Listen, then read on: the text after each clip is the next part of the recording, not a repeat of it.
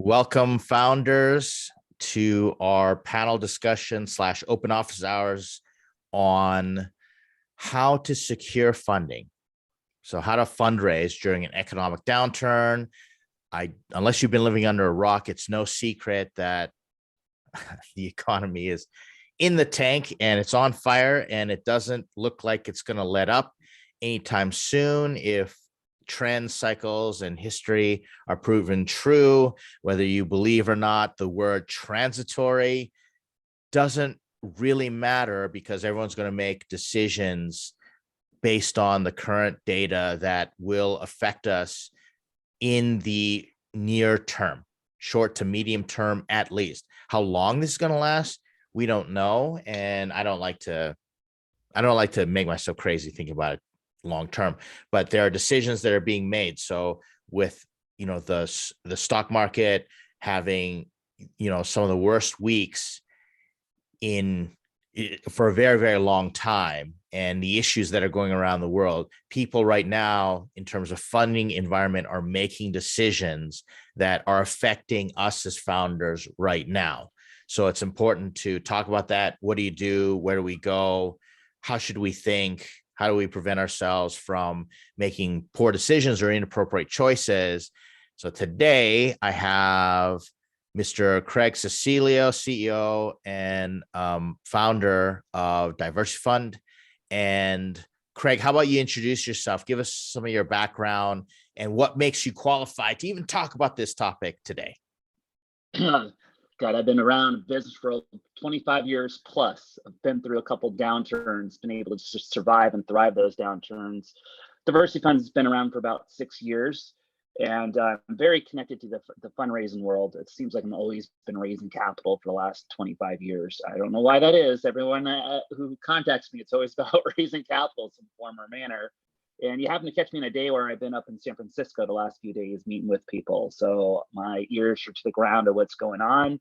And I don't want to be all doom and gloom, because I do find opportunities in down periods. It's just you're really going to have to button things up.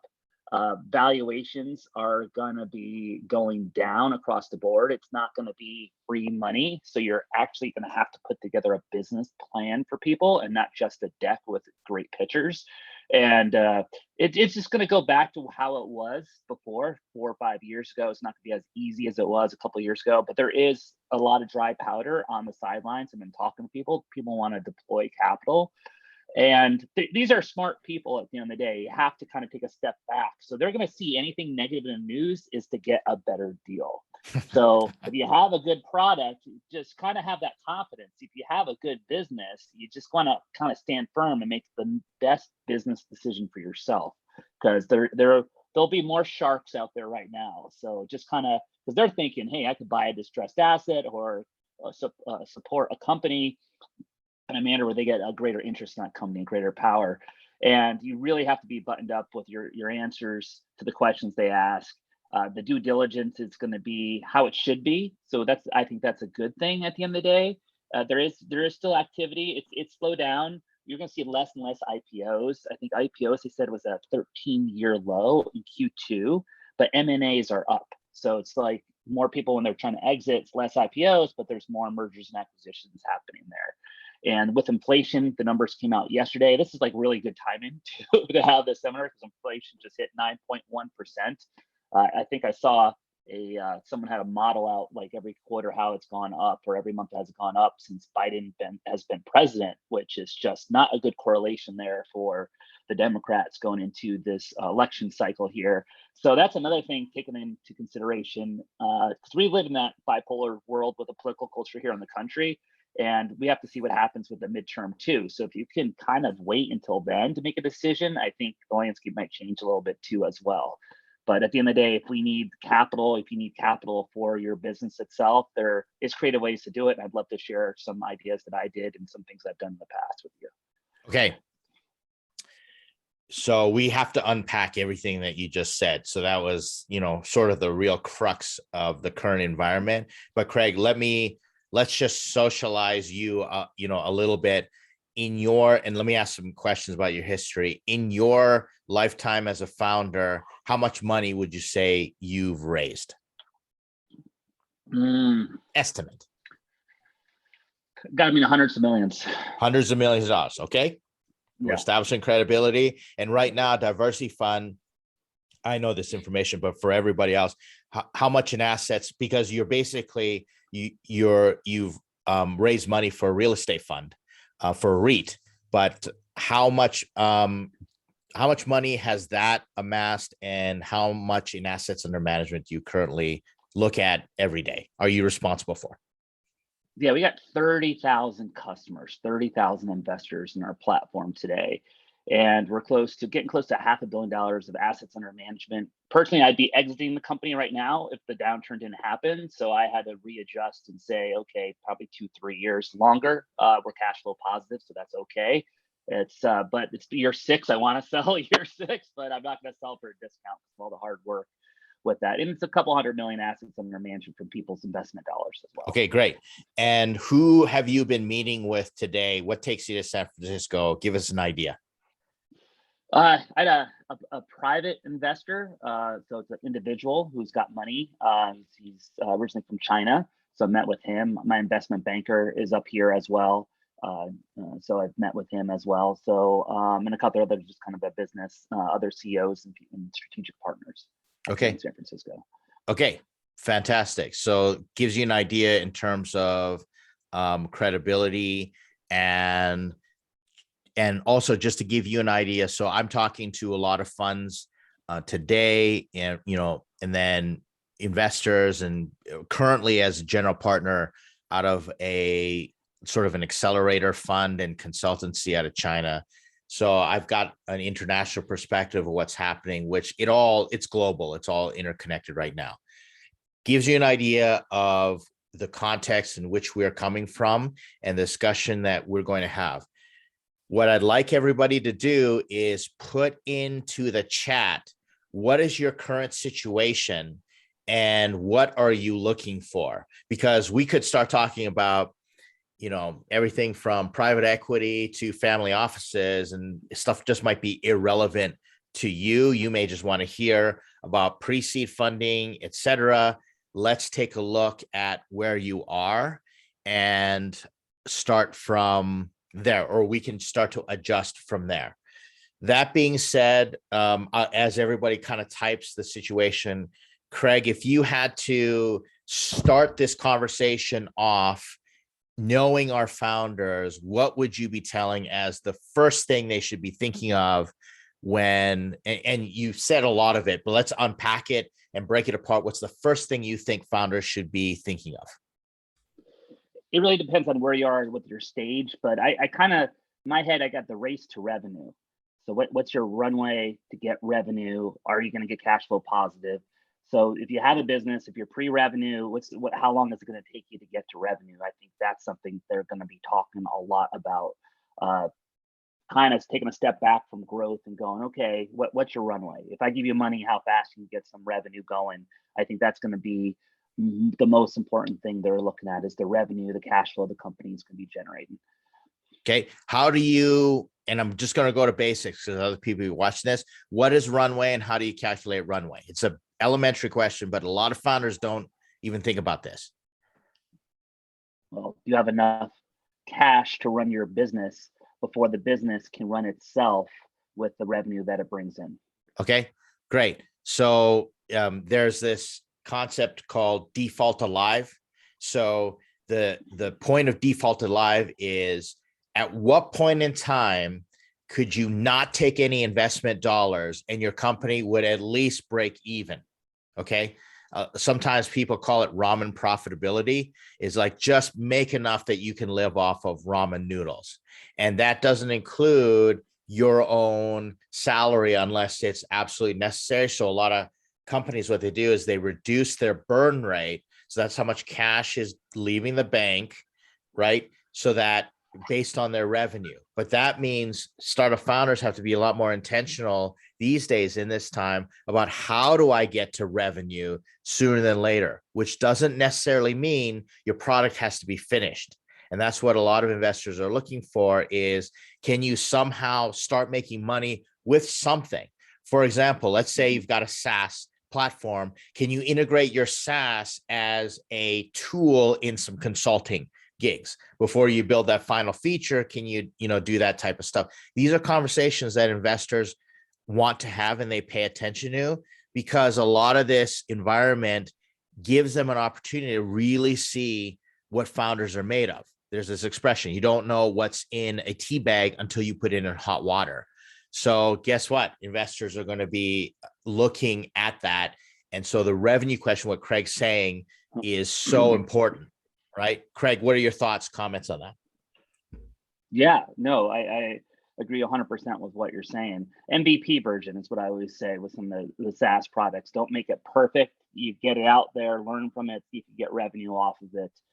They'll be pushing that hard, and just really kind of for yourselves. Just right now, what's that saying? Procrastination, perfectionism, procrastination's cousin or something.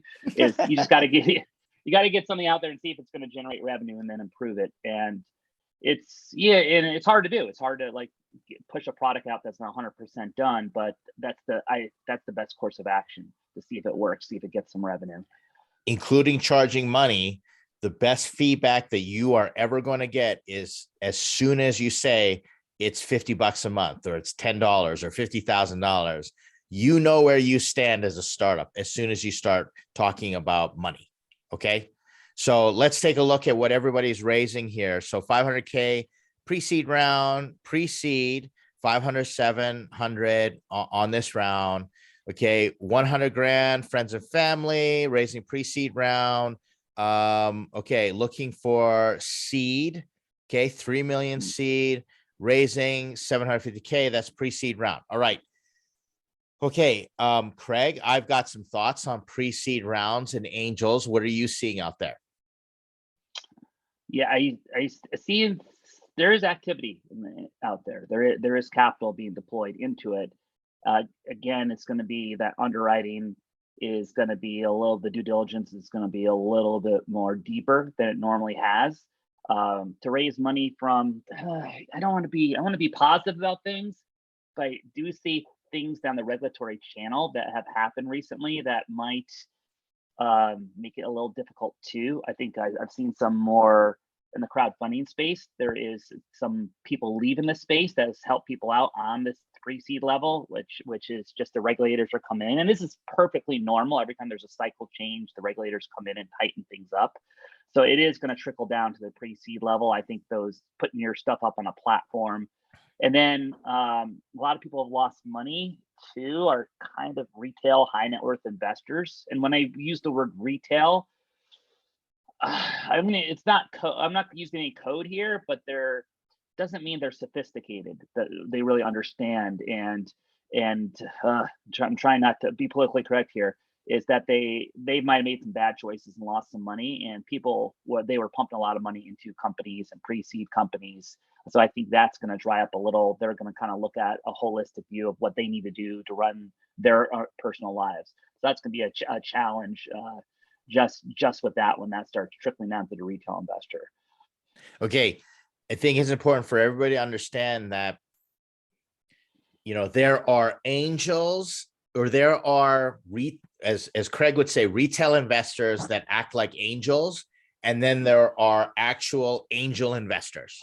Okay, so there's the people who, I got out a bunch of real estate, or I bought it, at Bitcoin at, $3 a pop, et cetera, and cashed out when it, all time high, et cetera. And they're like, now I want to throw my money around. And they, we get a lot of this. I don't know if I should say, well, I'll just be super transparent. I pee and moan about this talking to people, because I was talking to someone out of far east of Canada. We're an oil and gas country, and the investors here, I can't stand them, because they're all oil and gas people, and they want to be part of I'm a high tech, angel investor club, and they know nothing, and they just drive me crazy, right? So there are those types of investors, and these are people who might have dry powder money to invest, but they don't know what they're looking at, and they'll tell you all sorts of different things. Then there are actual angel groups who invest in, like micro VCs, pre-seed rounds, very early stage investors who do this, who want to become professionals at this. They're either part of networks and what have you, and they're a little more sophisticated. But I've seen and I've heard direct stories where, like a family office, they want to do an angel round, a pre-seed, pre-revenue, sometimes even pre-product. They've been in the market, the whole thing implodes, and they can all their deals. And they just tell, listen, we don't have any money. We were depending upon these assets and to be able to monetize and to capture the value, but we don't even have that value anymore. So all the money that they were depending on, and this is the problem, not everybody's sitting on $5 million in the bank ready to write checks. They've got it deployed in different assets, and then they start moving and shuffling things around. That's not an option anymore. So you have to understand the world that you're living in. That being said, there are individuals in any economic downturn, there are individuals with cash, and there are individuals that sit on cash just for these opportunities. They may want more, and they're going to be more opportunistic. And there are investors who are looking to get in some really good deals, and they've been sitting on money for a rainy day. And if they're limited partners, they invest, they want the GP to deploy, and they're saying, when are you going to put my money to work? Let's get it going, because there's other things I could be doing with it than it just sitting there. And so there is dry powder. There are people who want to invest. And remember, the economic cycle, how it goes is, every cycle. So the IPO market is going to be as dead as it is now. It's going to reset. So everything goes on cycles. So if they get into a pre-seed or a seed company right now, well, that's going to take 5 years to get to the point where you can even consider going IPO, and you start getting very serious. Maybe you're in your B, C, D rounds. And so they're like, the market's always going to come back. It always does. And so that's the reason seed rounds and pre-A rounds, to me, what I'm looking at, are still pretty frothy out there. Craig, would you corroborate that? What are you thinking in terms of interest? Yeah, they're we're talking about the sophisticated, experienced angel investor, pre-seed investor. They're still going to be out there. They're going to want a deal, though. They're smart, so they're going to want to go in. They're going to look at the fundamentals of the business. They're really going to kind of screw up their due diligence, and they're going to want a deal. But they do have powder. They do have dry powder to put out there. It's the frothiness of the whole market, and getting those doctors and attorneys and real estate investors, oil and gas investors, who are not that sophisticated about that, and they don't really understand it. And a lot of those people probably took a little bit of a beating in the stock market as well, is that they're not going to be funding stuff as much. Maybe some of them, like you said, that did and pulled out in time. Myself personally, I pulled out a chunk of change, and I put it on the sidelines because I want to buy some distressed stuff, because I like these down periods. I've done it. So I kind of timed it right. Another friend of mine timed it right. They sold some assets in February. So there is stories out there of people selling at the right time, but the majority of people haven't. And so that's the thing. So that's just less liquidity for us at the end of the day, but it's still out there, and you just got to be prepared and button things up and be able to answer those questions that they're going to have for you. Yeah. And the moral of the story is, not all investors are created equal. I think, Craig, you gave me, during one of our talks, you gave me that advice. So Craig, what would be your advice for pre-seed pre-seed founders, or founders trying to raise pre-seed right now? What advice would you give them? I would say I talk to as many people as possible, and as you're working, let them track you. So if someone says no today, go back to them and just keep working on your product over the next 3 to 6 months. And if they see you kind of making growth and strides, that is big. So just don't, a no today doesn't mean no in 3 months and 6 months. So I'd get out there, meet people. I would target more the sophisticated investors.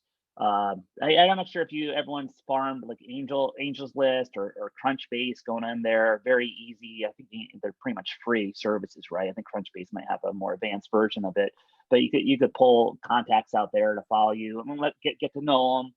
Have your ducks in a row.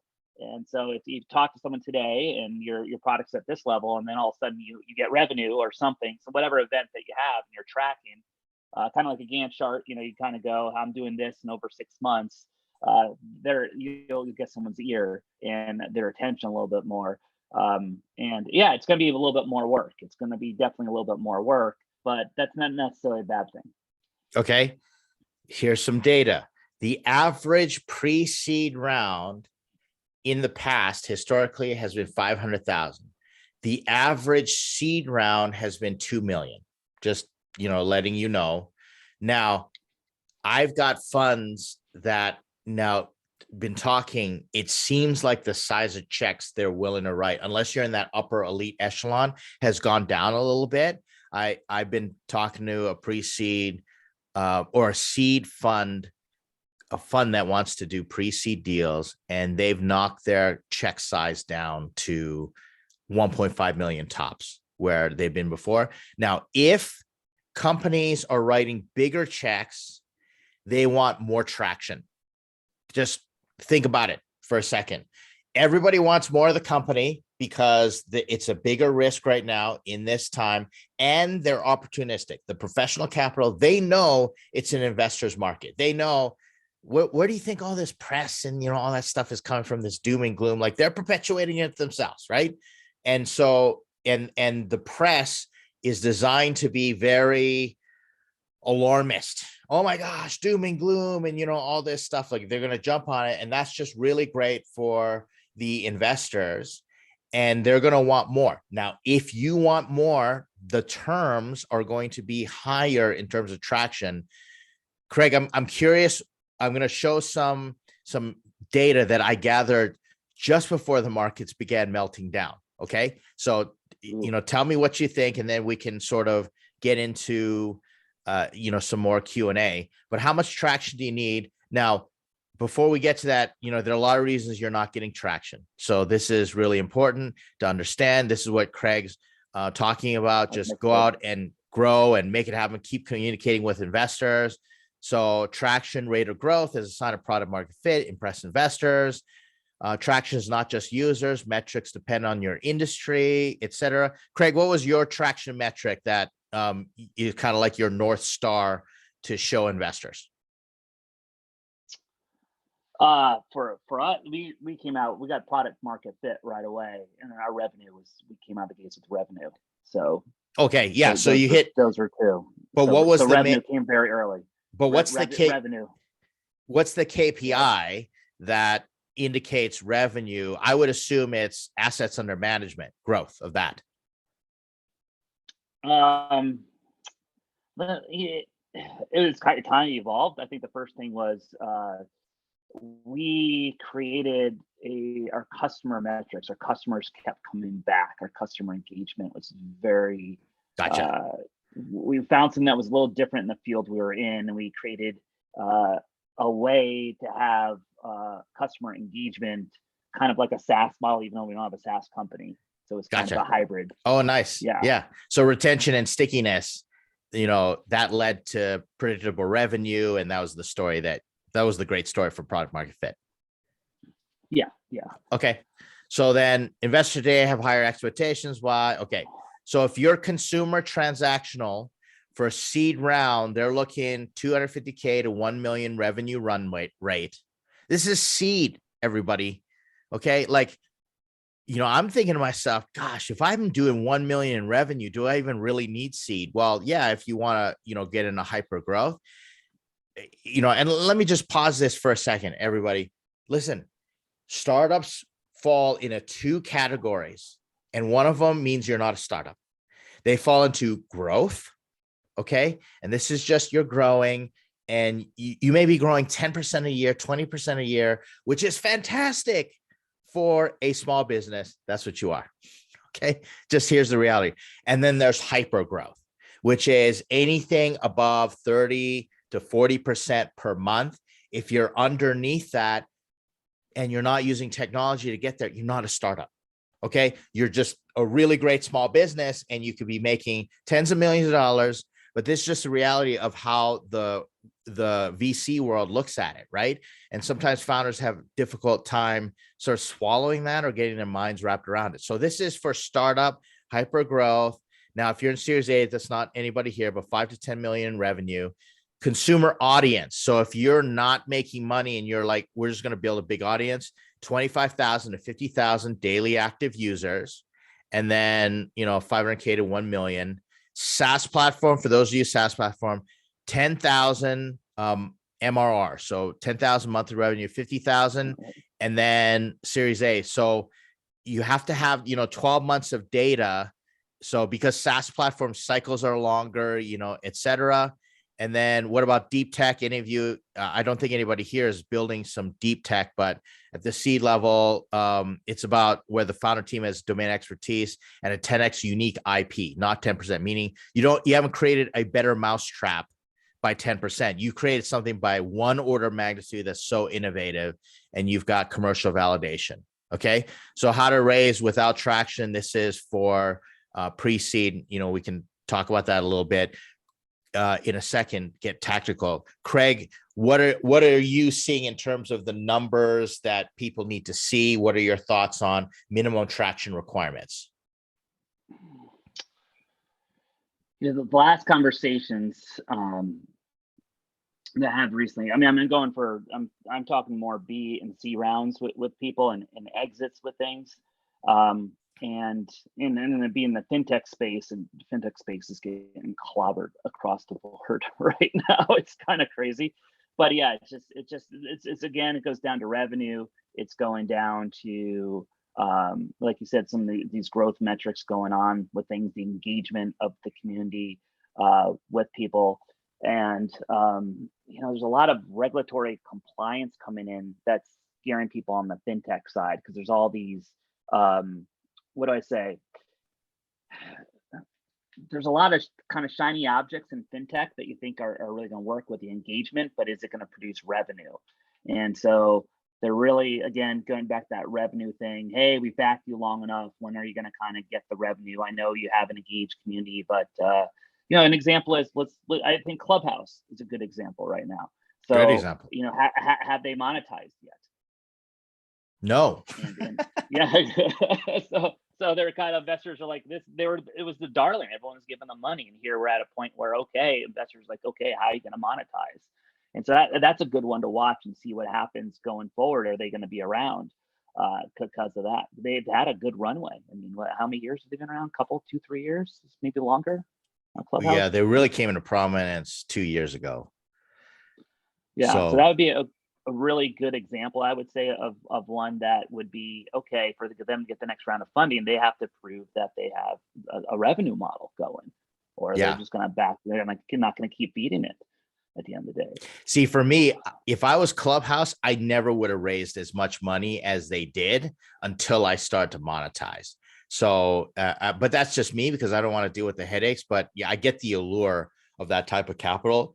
And basically VCs, because they want to deploy more capital, they'll literally tell you to light their capital on fire. Like, you should be spending on this and, this and that. And I know a lot of founders trapped in that craziness. Remember, guys, once you sign on for investors and you get any type, the more professional capital that you get, there's no turning back. Your life is completely different. Like, Craig, how much institutional capital have you taken on? Or I'm curious, or is it all just bootstrap, friends, family, and associates? Like, who do you have as investors for you?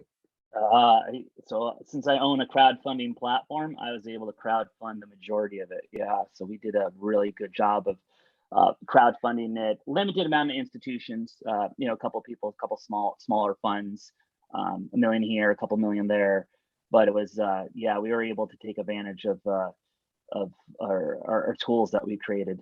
Yeah, and that's a big option. But question is, like, how much different to you is your life as a founder when you've got VC money breathing down your neck, or VC money on the books? Like, what changes for you, or how do you advise founders on how their lives would change?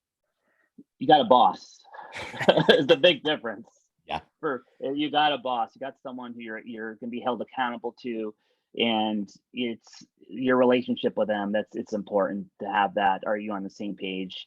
It's not about yeah, I think we've all, I'm not sure if I've said this, you said it, but a lot of people say it's not about the money, it's about the source of the money. You want someone who's not going to be calling you like every Sunday night for the financials of the company and to go sit down and go through it. And they want your whole finance team to be, going through the books on a weekly basis. And I've heard horror stories of people doing that and talking to heads of finance or whoever in charge is in the VCs or whoever the money came from, wanted a deep dive on a weekly basis. And they're spending 10 hours of the weekend putting together reports. So, I mean, I'm not sure how you can run a business like that, but that's an extreme case, an extreme example of this particular source of capital. But Yeah, you gotta know the choose your source. money wisely. Yeah, but at the same time, a lot of people have these expectations. Oh, my investor boss is going to give me contacts. Like I know a founder who's like, Ed, I'm only taking money from the top VCs that I identify. And I'm like, good luck with that. Right. Like, as soon as you've identified top VCs, so have like 1,000 other founders and startups. So people are like, oh, you have to know the source. So you don't want them completely being detrimental to your mental well-being and all this stuff, and you have to know. But at the same time, your expectations, a lot of people say, I'm only going to take smart money, right? It's like there's no such thing as getting the smart money that you're looking for. What are you going to say? Like say you, and this is where founders put themselves in a really tough situation. You've got someone that is not going to be the nicest, friendliest person, and sits there and goes, yeah, I'll give you 100K, and here are my terms, et cetera, et cetera. And you're like, oh my gosh, are you going to say no after you've been fundraising for months and months and months and months, and you're desperate and you got no runway? Then you're making some decisions that leverage you, and you get into those situations where, I said yes, I made a deal with the devil, and now I have to spend 10 hours on the weekend getting ready for a deep dive, and I'm at their beck and call and all this stuff. So it's tricky. Okay. And I'm not trying to dissuade you from it, but I am trying to dissuade you from it in your attitude and your mindset towards going and getting investors, because I made a promise. Like now, Craig might have had a really great experience with retail investors. I've had the negative. I've had investors that have come in for $5,000, send me death threats. Ed, I'm going to come over to your house with a hockey stick, break your kneecaps, and then I'm going to pound you unconscious until you are dead. Like that type. And I'm like, and in my mind, I'm like, the mental toll and the energy it takes just to create that death threat is more than the $5,000, that you've invested. So like, what is the point? So I've had the opposite type of experience, been dragged online, smear campaigns, things like that, because retail investors can be super mean. As you can see, the internet can be super mean. Craig, what are your thoughts? Yeah, I mean, I had a good friend of mine who's starting his first fund, and he wants to do invest in fintech, and I didn't want to do business with him because he didn't have. I wanted more of a strategic partner if I was going to get a $20 million check, and I just kind of backed away because I at least had that choice to take. But I knew it was just the money. I would just get the money. There wouldn't be any kind of strategic value to that money. Just money is important, but I wanted, where I am at my stage of company, it's not about getting a $20 million check. It's like, what are we going to do? How are you going to help me exit this or IPO this? And so I'm fortunate to be in that position, but you guys might not be in that position. You might have to accept that check. And understanding that, I think that's power for yourself, and just understanding that money and the limitations that it has in some cases, because you don't have choice. In some cases, you don't have a choice. You have to take that check. So you're just going to have to kind of deal with that, because that's, it's the only choice you have, because you need to keep your business going. And it's just unfortunate, but that's something you'll just have to, you'll have to make that decision yourself. But also you can share it with the community. If you come across it, feel free to reach out to Ed or myself. We can help you navigate those waters. Ed, for those people who want to come over and like take a hockey stick or something, it's just, sometimes those people, I found out, is just being very transparent with people, very forthcoming with people, having a system in place, giving predictability, and having check-ins, and communication has always been big. And that's why I think I haven't suffered too much with the retail investors, because I really have a system in place, because I've had the experience of dealing with them. It's just kind of just having that communication going. And that's another thing is when you're in the negotiation process is I'm not sure what investor you have, but if you have a more of a retail investor who's unsophisticated, you might have to do some education as well on how it actually works. And ask them the tough questions is if they do, how's their financial situation? You don't want them putting all their eggs in their basket because they want to put their whole retirement into your company. That could be an issue too. So make sure to ask questions to the source of capital as well if you're going down the pre-seed. I've got an investor who every time Bitcoin moves by an extra 10% because he's all in on Bitcoin and he's older. And I'm like, this is just really risky. I know the first phone call I'm going to get is from this guy freaking out, about something. So it's just the headache, and now he's not an investor in my company. I refuse to take his money. Right. And so you get good at predicting this, but early on as a founder, you might have to take that. And that's the reason we want to be here to advise you and have your back on situations like that. All right. So, okay. So let's open it up. We've talked a lot and we kind of given some general advice. Who wants to ask some quick questions in terms of tactically what to do? What do you want to ask Craig? And just open up your microphone and just start talking. And if you have a question, you don't want to talk, just put it in the chat and then I'll make sure to read it out and I'll get Craig to answer for you. Thoughts, questions, anybody? How are you doing with this realistic yet want to be cautiously optimistic talk? Back thing there, confirming there is dry powder out there. There will always be dry powder. The savvy founder is going to get to that dry powder. Anybody got any questions specifically for them? I just had a quick question. Craig, have you seen any change in the investment vehicles in terms of equity versus safe notes versus convertible notes, or has there been any movement on that? What you would recommend asking for? I'm a little bit more in the pre-seed round, so that obviously makes a bit of a difference there. But have you seen anything specifically in San Francisco on your trip there, or heard anything that would make a difference? That's a good question because I've heard a little bit about people kind of going towards some debt products in some ways. But I mean, if you at this stage, I wouldn't take the debt. I would try to stick to equity because that's going to be forced you to. I've done a convertible notes before when they converted and people like, okay, where's my money? I want my money back. And I'm like, crap. And I had cash to give them back, but I didn't expect, a lot of people to have that attitude. So you can't predict 2 years out because these cycles could take longer. We don't know if we're at the bottom. It usually takes 18 to 24 months really for everything to come back. And I think it's more for you. I would take equity. I wouldn't create a debt instrument. So in 2 years from now, and maybe the markets aren't back, and you have this, they're knocking on your door with a hockey stick and a mask, asking for your money back. So you want to watch out for that. But everything's a negotiation too. So they might want to negotiate that because that's more favorable for themselves. So I think you might see that from some investors because they want to make it more favorable for themselves, which might not work for most people here. Remember, you can do a pre-seed round, friends, family, and associates on equity and do safes later. But remember also what Craig was talking about, the difference between a convertible and a safe is a safe is just a simpler convertible. A convertible has an expiration date as well as interest. Safes do not. So it's the same thing, but it's, valuation cap or discount and all that stuff, because it is impossible to evaluate a startup at even the seed level. It is impossible, virtually impossible. It's based on your negotiation.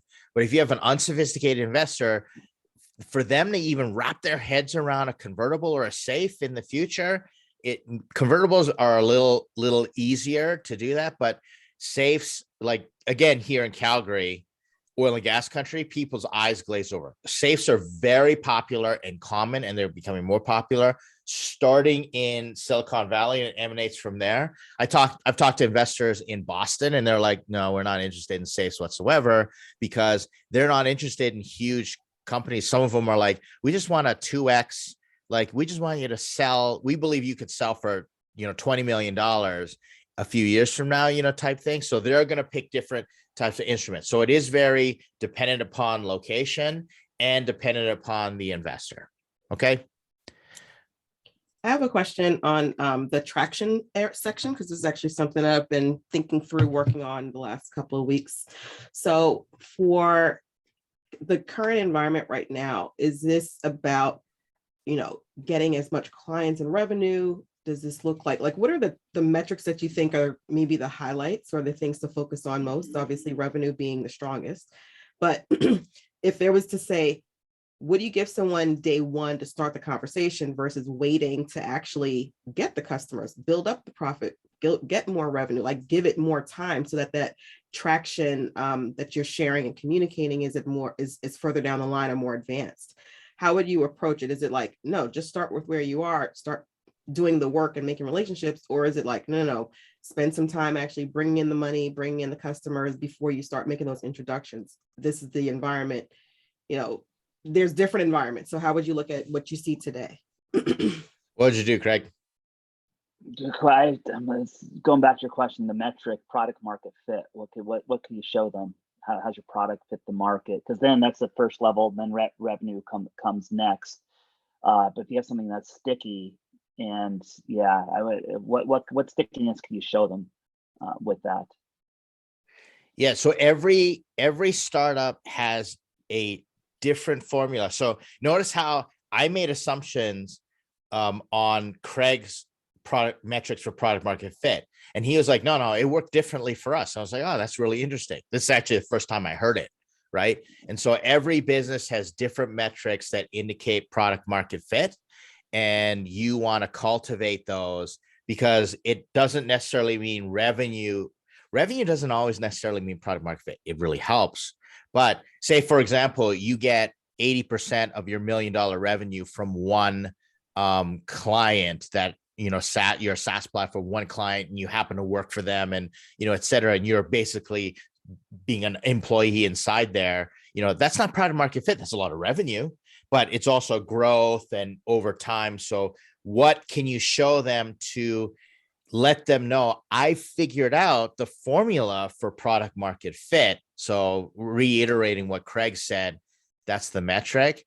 Now, Craig, I'm interested because you said before, keep them posted. So for me, I'm recommending that if you are not interested, I think I might have stole this from you, Craig, or no, Braden. I think it was Braden. If you're not interested in necessarily raising investment right now, but you need to, or you're getting ready to, and you're not ready right now, 20% of your time goes into networking with investors and say, hey, just want to show you something. I want to keep you posted. Can I just put you on the email list? And when I get the next milestone. So I just told another founder this, all these investor relations emails that I get and founders seem to just subscribe me to on their company. It's like, oh, wow, this summer, and here we are, and we're thinking about this.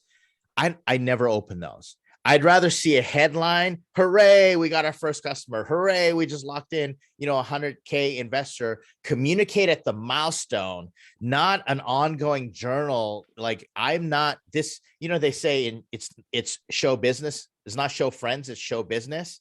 Well, the investor community is the same way. Like, subscribing people to just useless investor emails is not keeping them up to date. Keep them up to date on milestones. We just hit a new traction milestone. Congratulations. We just launched this new product, came out. Look at the growth, etc. And so spend 20% of your time networking, talking to people, keep them on a relevant list. And then guess what'll happen is, if you do it right, they'll be interested. And then it's like, oh, wait a second. You'll send them something that creates FOMO for them, because that's what investors in startup land invest upon, using FOMO. So if you've told them something, guess what? We just closed our first round. They're like, wait a second. I wasn't included on that first round. Like, what's going on? Oh, well, we might open it up, depending on what we're doing. We could probably get you in on that round, etc. Don't lie, be truthful. But I go 80-20 rule. Craig, what would you advise? Yeah, I like that. And I'm a big time blocker, so it's like, it's really, you're gonna have to really get focused and say, okay, I'm gonna do that. If you're missing out, FOMO's big. Major milestones, But there's ways you could push it out and do. I mean, you could do like your own press releases too, pretty cheaply. You can do a press release on yourself, like PR Web or something. Nice. Get that going. If you could do on a monthly basis or quarterly basis, there's a way to kind of gamify it a little bit. It's just the way how you deliver information. Craft your own narrative there. Say, oh yeah, we have this hot thing. These are the milestones we're hitting. Everyone's different. You guys are all different with everything you're doing there. But yeah, and just somehow, and then if you could just like, and if you're posting to social media or something very simple, following other people and they could follow you back and see that. Try to get the word of mouth out there too. Attend events.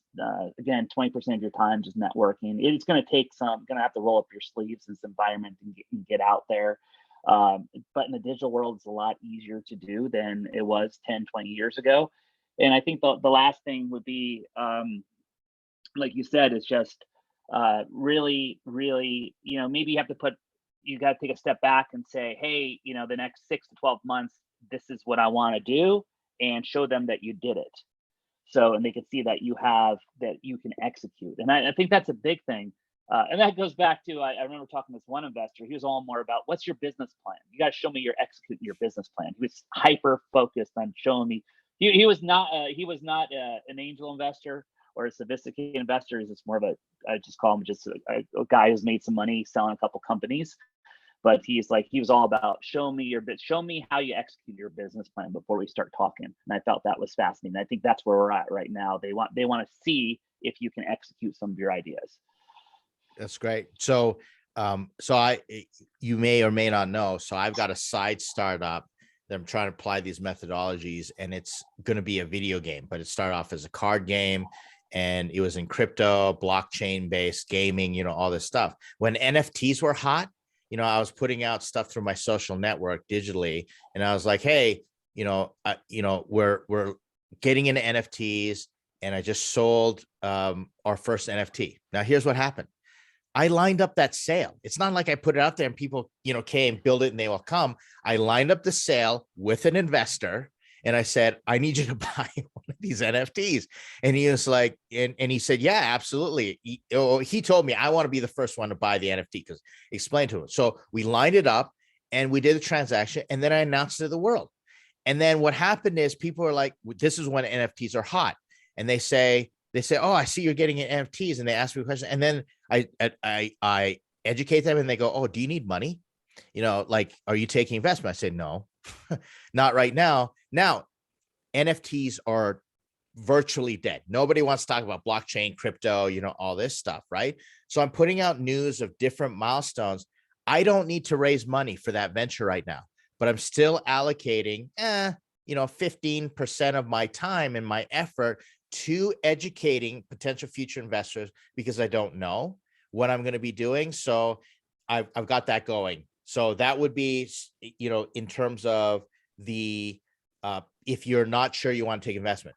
If you are, very focused on taking investments, then I make the adjustment, but you need to work on your metrics and get traction 50-50. It needs to be 50%. And if you're a time blocker, literally block out the time to just pick up, pound the phone, get on LinkedIn, but 50% build your product, get traction, 50% get out there and start talking to people about your traction and about the progress. Because the enormous amounts of traction that you need to put out there as soon as you've got it, for people, investors, to be knocking down your door is, you'll probably run out of runway before you get that, unless you hit gold and suddenly you've, birthed a baby unicorn in a rocket ship, ready to take off. Sophia, actually, she told me something really interesting. Sophia, you're putting out news on Twitter and different things, and you actually have investors contacting you. So share how are you doing that, and how did you get investors actually contacting you? So that was actually only one investor. Okay. And it's better than none. It was just, yeah. And I don't know, I just go on Twitter. I follow a lot of investors, a lot of VCs, and reply to their tweets, reshare them, and just try to engage that way. Obviously, I don't have a big presence on Twitter. I think I only have like 50 followers. and I'm not really that active posting myself, but I do have in my bio a startup founder building a startup in the creator economy. And I think that just brings those investors that are probably interested in the creator economy to contact me. Perfect. Yeah. So you did. Now, Sophia, how many investors have you been able to, network with and actually get to a pitch? I have pitched probably to 40 investors in So, 1 month back in March. Yeah. okay, 40 investors. That's really good. Now, Sophia, I know for a fact she hasn't paid thousands of dollars for investor research and everything like that. She's done it on her own merit and gone out there and pounded the pavement and gotten to 40 investors, right? Now, Sophia, if I may ask this question, what's the number one feedback that they give you? That I am pre-revenue and that I cannot prove that content creators will pay for my product. Yeah. Okay. So they're Mhm. asking you, have you figured out product market fit? And these are the conversations investors are going to have, right? Craig, thoughts? That was great. Yeah, the feedback is 40 conversations, 40 opportunities for feedback. That's where the learning takes place. That's phenomenal. So each and every one is ask these tough questions, ask them to be transparent, so you could go back and go to work. So now you have to get product market fit. You get product market fit, and you can ask them at the end, what if I get product market fit, would you invest with me? Just put them on the spot. Just ask them. So ask the question back to them, and most people say, yeah, I'll take another look at it. Yeah. And then Okay. yeah, so they're all leads and prospects for you if you ask that question. Yeah, no, it's great. So keep in touch with them. Craig, question from Danny. How much more important is having a team with domain expertise going to be for investors going into this downturn? For context, I'm a non-technical founder. It depends on your product. Yeah. So it just basically depends on your product. Yeah. Yeah. So like, for example, if you have a hard science product, you better be a scientist, right? Like you better be able to pull it off. The more domain expertise you have, the easier it's going to be. However, if you don't have domain expertise, it doesn't necessarily have to be technical domain expertise. They just want to know, are you really close to the problem specifically? So that's, reaffirming what Craig says. It depends on the product, which depends on the problem that you're trying to solve. Do you have domain expertise in that? Right. So being a non-technical founder, I've seen lots of non-technical founders get enormous amounts of traction with no code, low code solutions. And then they get money to actually build the solution, i.e. Braden Pan. Okay. Braden, generating $2 million in revenue, just locked down $3 million in funding. He didn't even build a technology product. He had a process and he proved product market fit demand for his product. Now he's a rare breed, and I suggest you go talk to him. But that's a great example of someone you don't need to necessarily be technical to prove that your startup is worth investing in. Okay. Any last? What's Braden's last name? Braden Pan, Pan. Thank you. Yep. Any last questions? And then if not, I'm going to leave the last word of encouragement to Craig. Any last questions? Last taker, speak now, forever hold peace. Going, gone. Craig, what's your last inspirational piece of encouragement and advice to close us today? Oh, I mean, I'm a guy who loves downturns because I see opportunities around every corner. So I would just stay the course. There is opportunities for you out there. There is dry powder. Don't let this distract you with what's going on in the world. Believe in yourself. You guys can get it done. But just because we're going to do a downturn, and look at what you're building too, there might be a pivot there for you that you might not see in. And there might be an opportunity for there. So you might see a lot of people just coming out, wow, I was working on this. Now based on this, I could pivot this, and you might come out of this with something better than you had before going into it. Yeah, that's really good. Okay, last one, 1 minute. Felix, real quick question. Craig answered this before. How do you define traction? Depends on your product. So what Mhm. are the key metrics that you can measure that shows you're moving towards product market fit? For every startup, it's a little different. So Felix, feel free to reach out to Craig during Craig is always open, obviously, and you can even book office hours with Craig, have that conversation with him. I find his story really fascinating in terms of how it was different for his company, being more of a SaaS in fintech, and just the way that it was. Those are lessons worth listening to. So everyone, feel free to reach out to Craig. He's an open book, as you can see. Other than that, Craig, thanks for joining us and having this conversation. Yeah, as usual, thanks, Ed. It was great and a lot of fun.